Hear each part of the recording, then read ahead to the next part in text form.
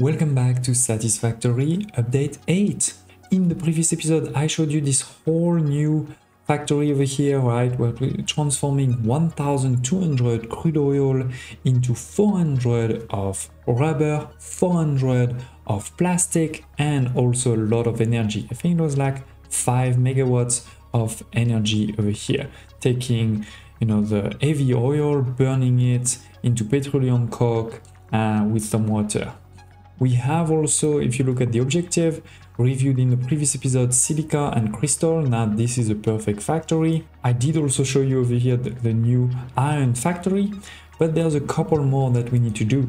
First, we need to make sure that the copper one is working at 100%. Then we need a new one for steel, limestone, and quick wire.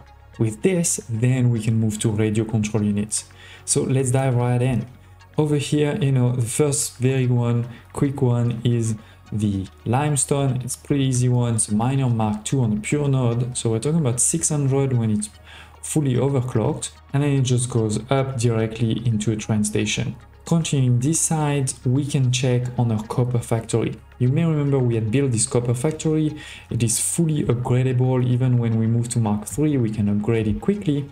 But now the main thing is it's all green. It's all working at 100%. Permanently, because we have added the smart splitter over here, and smart splitter on each of those lines, right? So obviously the smart splitter are set up to go first straight center output, but when this is full, you can overflow on the left side into this small elevator that's going to go down, right? You can see it's this one there going down, this one here going down, and that one there going down. Oh, there's a big enemy there. It's a very annoying one, especially because it's also radioactive, and it takes a while to kill, to be honest. Good thing we do have now a hazmat suit with quite a few. There's a tough one to kill pretty well. Oh, he's dead. Good. So it's gonna take a while for the radioactivity to disappear, but at least he's not attacking us anymore. That's good. And by the way, there's also some radioactivity over here, so that's why this is a dangerous place. But yeah, I like the symmetry of we're sending the raw materials, this side's going up, it's being transformed, and then we're sending the finished product down into this. So with this making even more coupons than before. So this is working at 100%. Of course, don't hesitate if you have any questions, but we looked at this in a previous episode, so I don't want to spend too much time here. Then you may remember that in our iron factory over here in the back, we had not one but two miners. There was one miner of iron, that's what's going inside here, but there was a second miner over there. This was a caterium miner, right? Caterium ore, you can see it over here, 300 per minute. So we are now sending this here and using it. But spoiler alert, we're not going to use it with the normal recipe, because the normal recipe of caterium is a smelter, right, where you're taking 45 of caterium ore to make only 15 of ingots. So you're basically dividing by 3. This is not so great, especially given that I only have 300 there. So instead, we're going to use an alternate recipe over here with those refineries. With this, we're going to have a very different recipe. We're taking only 24, and we're also taking 24 water to make 12 caterium ingots. So this is basically half. Instead of divided by 3, it's only half. Of course, a bit of water, but the water is basically unlimited, right? So it is just costing a bit more of water and therefore energy to make a lot more caterium ingot in terms of efficiency of those 300. It's of course taking also a bit more space, but that's a pretty easy setup, right? We're talking about, if I remember correctly, 13, 12.5, one of them is at 50%, so it's 12.5 with all of the caterium coming in the middle, right, at level 3, and all of the water at level 0. It's coming from over here, there's a valve here with a small buffer, and it's actually coming from down here. Water extractors here, sending it up with pump. Not too hard. I mean, don't hesitate to tell me if you have any questions. But yeah, we're sending the water there. And then on the outside, we're doing something a bit different than usual. Instead of merging all of the ingots, we're going to transform the ingots directly. Why? Because here we're producing 12, right? And this is actually exactly 12. So that works pretty well, right? We're making 12 to 12, and with this 60 quick wires. So remember, 60 times 12.5, we're actually talking about 750. So this is basically exactly one belt, right? Because one belt is 780. So 750 works really well in this case, right? We have the mergers. We do have also 2 awesome sinks. I could have potentially put only 1 awesome sink if I were to put it over here. That would have been cleaner. But anyway, that's not the end of the world. It's not like this takes a lot of energy, right? So not the big problem. But with this, we do have indeed, again, another perfect production. You can see they're all green. And that's a lot of quick wires that we're sending up into, again, new train stations. And while we're here, you can see that there's something else happening there. This is new too. We have in the back there 2 coal miner sending up directly. This we built a long time ago. This is for my bauxite, right? But we also have 2 other coal miners. There is one that is a pure one at 600 and one that is a normal one at 300. They're going to go up. I didn't make that super pretty, but it's pretty clean still, right? Functional. Goes up over here. We'll go all the way up. Now, I had spent a bit of time making this factory clean, so I didn't want to mess that up. So instead, we're going to send the coal just down here, right? It's under the bridge, we don't see it. It goes all the way over here to be merged with more iron to, you guessed it, make some steel. And it's great to see that now with the night, we can clearly see that they are all green, right? Green, green, green, green, and the same on the other side. Now, one belt wasn't enough because remember, this is 600 plus 300, so 900 in total.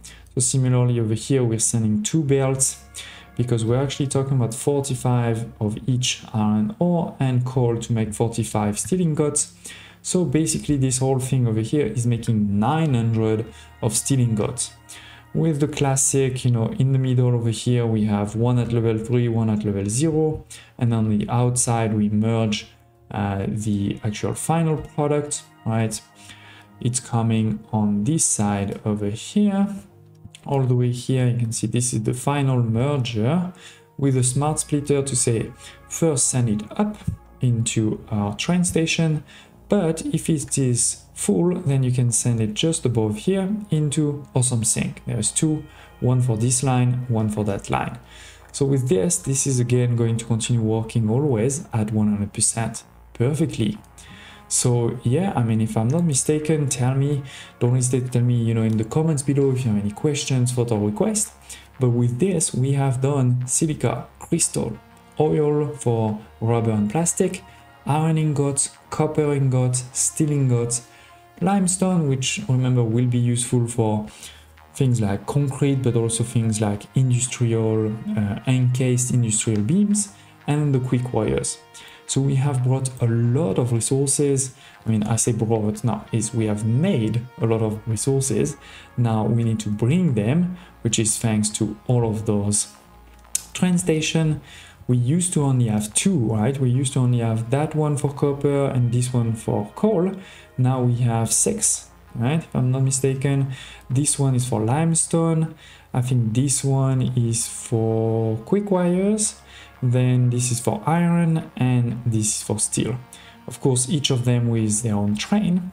And because I didn't want, to have any traffic jam, I've also rebuilt a bit the train line over here. It's actually a pretty cool one. So, it all comes from this line and it will all leave from that line.